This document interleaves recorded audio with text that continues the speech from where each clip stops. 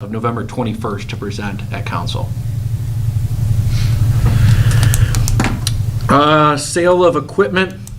We are going forward with Landco LLC to sell 6 heat exchangers and a cooling tower for $5,000. That equipment will be sold in the next 2 months and will help clean up behind our building, where we'll be able to eventually get rid of more equipment and use it as a grassy space or a parking lot or whatever we feel is best for the city and Light and Power. Line Shack, I had a meeting with Mike Burns, the realtor, and the 2 interested parties in the Line Shack, and really just heard what they had to say. Right now, things are going to remain confidential. We explained then to them that a sale of the property, I mean, really, this has to go through the city, because just like the biodigester lease did. So Light and Power Board would make a recommendation to the council, where the council would then have the lease or the sale between, the party and the city, actually, on paper. A sale would have to be publicly noted and a request for an RFP. There's no requirement for that for a lease, although we may want to pursue a similar process for that, just for transparency, and after the fact, somebody from the public could say, well, I wanted to use that building and had a better idea. Does that make sense? A lease is harder from a bank standpoint with financing. So Mike is going to contact Dick Wendt. This is really Mike's wheelhouse. He's great at economic development, knows the ins and the outs. I'm going to be part of it, but we're going to be working on this together, but Mike's going to probably take a lot of the lead on this. I mean, I'm still going to be here and ask for your input, but the communication with how it might transpire with a sale or lease, he knows the ins and the outs. So here's, I guess, I know we're trying to be confidential on it, but can you at least give what's the nature of the desired use of the building? Is that something you can disclose without giving away the? I don't think they really want anything to be said at this point. I mean, I don't think they're afraid. I just don't think they want it made known right now. Okay, fair enough. so the question, from a couple of questions. So right now, that building is under low light and power. Control, yep. And so if this board says, we want to lease it, we don't want to sell it this time, that would be, if that would be the recommendation, then the council says, what are you doing with it? Well, no, we're going to sell it. I mean, where's all that play out? I'm not sure. That's a huge gray area, because obviously if there's interested party or an interested parties that want to use it, and the Light and Power Board is like, we're absolutely not going to sell it. Legally, it's under our control, but a sale or lease would happen through the city, so I don't know if they could trump us and say, well, it's your control, but we're still going to sell it under you anyway. I would hope it wouldn't get to that point. I think the council and the board are functioning well together, and they're meeting, and it would be something that would be an open dialogue, and we'd be talking, and I don't ever see it getting to that point, but that's a good question. I can ask Mike, and we can talk with Dick. I mean, like, in theory, but I just don't even want to hopefully go down that road. The other, I mean, because I've said it before, and I'm not trying to hide anything, I like, as the board or the city, I like having ownership of that. Mm-hmm. But again, it comes back to the leasing, where, the public wanted to change the charter, and it was voted down when it goes back to ill feelings some time ago. The lease, you can only lease 10 years. Mm-hmm. And that's, again, that was an issue back then when a couple things wanted to get leased, and the bank said, no, we got to have it, we have to have 20 years. Right. Before we're going to sign anything. Mm-hmm. And again. Right. I mean, I understand completely where the board's coming from, and we'll have to see how it plays out. But if we did get a proposal that was just amazing for the community, it was a great tax base. I mean, it added to the tax base for the city. I mean, it allowed Light and Power to increase electric sales. It increased the water usage, and it was really great, and it did ultimately mean the sale.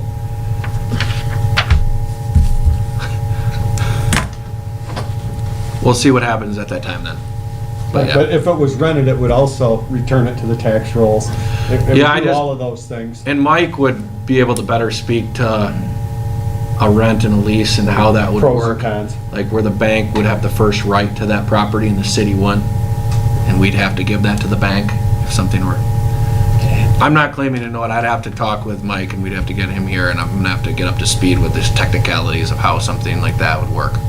It's nice that Mike has a Yeah, background and it's great. experience that'll be helpful for us. Yeah, he's a wizard with that stuff. Almost to the end. Training conference update. Julie and Megan flew down to St. Louis, Missouri, where they attended Dafron's user group meeting. Dafron is our software provider. They were there from a Monday through a Thursday, where they spent time learning the newest tricks and the ins and outs of our software. Believe it or not, I mean, it's not like just a Microsoft Word software you have bold, underline. It's pretty an all-encompassing software where you have 7 different modules that can do a host of different things, and they're always coming out with updates. So Julie and Megan attended. I just wanted to thank them for going, taking time away from their families. I think it'll be, I mean, if Julie has anything to add. It was good. There was a lot of new things that are coming out. We don't have the latest and greatest upgraded system yet. We're on a schedule to get the 7, maybe next month or so. Their plan is, but we got bumped back a little bit. And then next year we're scheduled to get the one that they're releasing right now. We're scheduled to get that like in March or April. So it was good to see new things that they have that we're not using that we could use. We just need to learn how to do them and utilize them.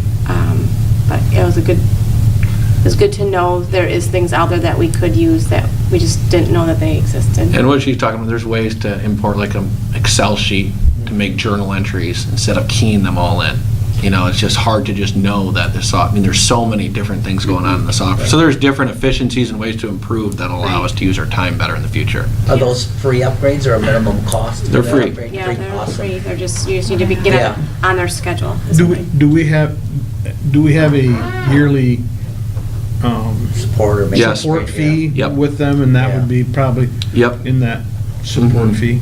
Yeah, we can call them and Yep.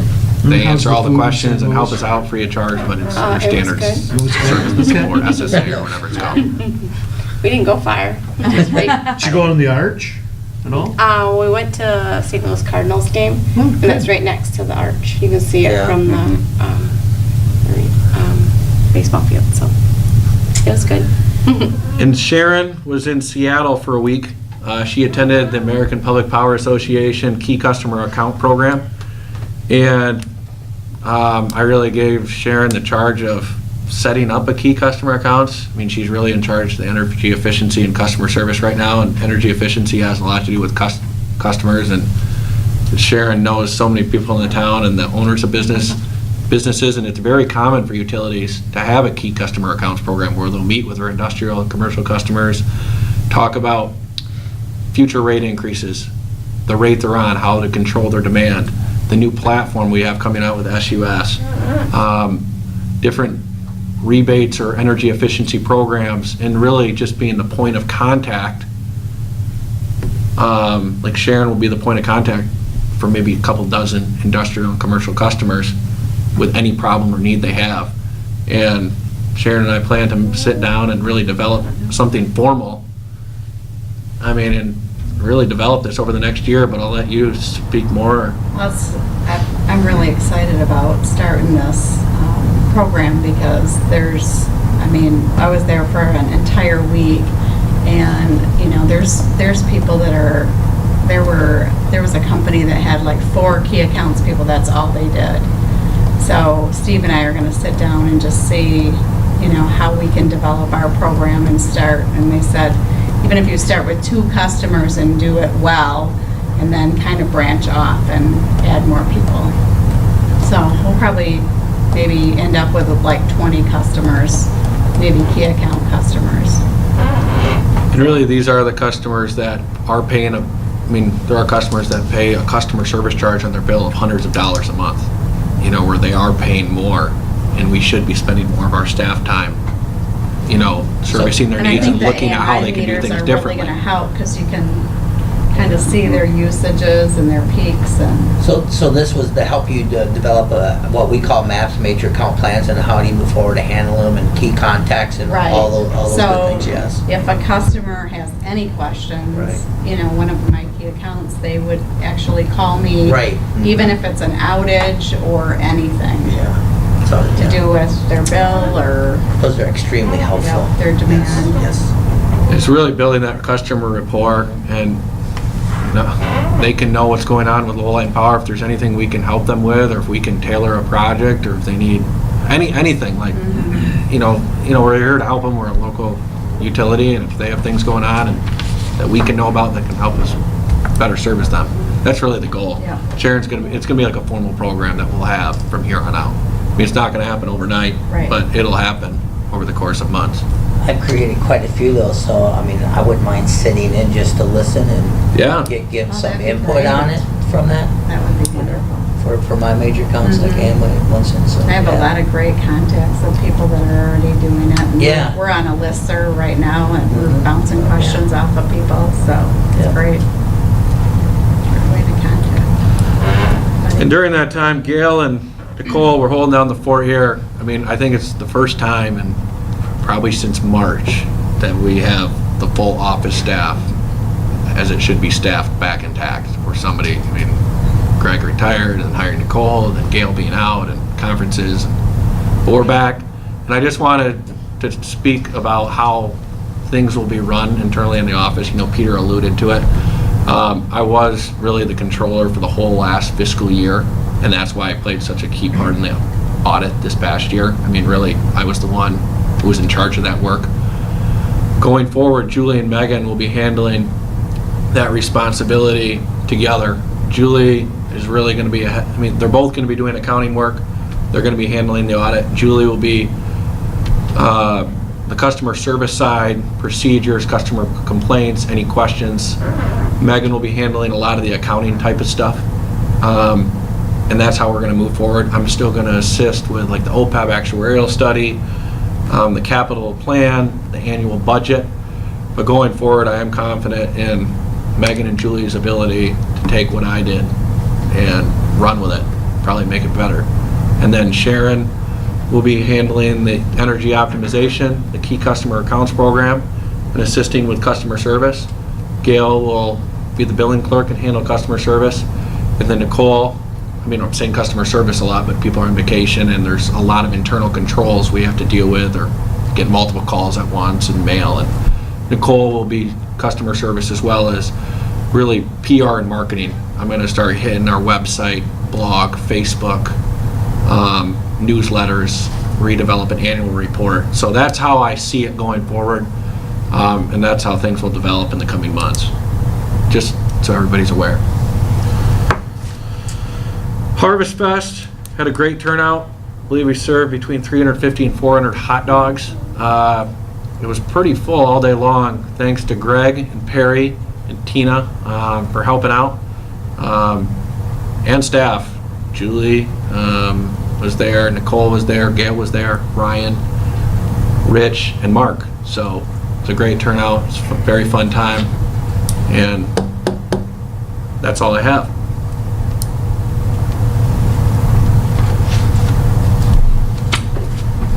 All right, that brings us to the schedule of meetings. You've got that in your packet.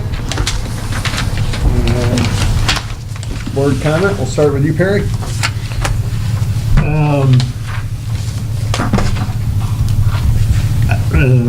Things that I see, and I have, because of the Pink Arrow, over at the Energy Center, doing some things, and Mark and Rich helping get things up. So I've been over there a little bit more in the last month. And what I want to say is the crews, the employees, I really enjoy work they look forward to each day coming in to work here at Lowell Light and Power, and I think that says a lot about Ryan and Mark. And it's just great to see them, you know, makes your day go fast when you enjoy what you're doing and wanting to be there. I did just want to say again, having that special meeting with the city council, I think that opens up everybody's eyes that I think we need to get back to having more joint workshops. And we got away from it because we didn't have anything seemed like we didn't have anything on the agenda and didn't want to have a meeting just to have a meeting, but I really think that a lot of things could be accomplished by having on more of a routine basis with the city council. I did have doing the Harvest Festival, did have a question, and I think it's probably directed towards Barney. I don't know if the generators that we decommissioned here have any value at all, but my question to Barney was, can they be turned over at all? Is there a way to mechanically turn them over? Because again, if an engine sits there for so long, then it typically wants to seize up and everything. So I don't know, is there any viable way to just, to turn them over to make sure that the oil or are they just a big boat anchor and we need to look at, Well, they probably could be turned over. I don't know how they've been set up. If they were, set up and just shut off. Being that they're in a controlled atmosphere, like the environment is, there's heat in there. I don't think you're gonna have a problem with them setting up. Okay. Well, again, it just, that part of the building looks really great, Ryan. I mean, Yeah, props to Ryan and staff they've really done a lot of I mean, housekeeping. and I was again over at the Energy Center the other day, and you guys got getting rid of scrap metal and just, every day just seems like you're taking it a step further and everything. So that was my only question about that. And the other is, I really would, in the future, I really like Alan, I like you sitting up here with us as compared to being out there, because I think that I don't want you to feel like you're the liaison for the city council. And again, I like having you at this table as compared to being out, an outcast or whatever. So again, I like that liaison. I like having that communication with the city, and would, if you're comfortable there, fine, but I want you to know that you are a part of this team, being the council liaison. So with that, that's it. Andrew? Right, I just have 3 things I wanted to mention. I'm glad to see that we're sending our staff to conferences and things like of that nature.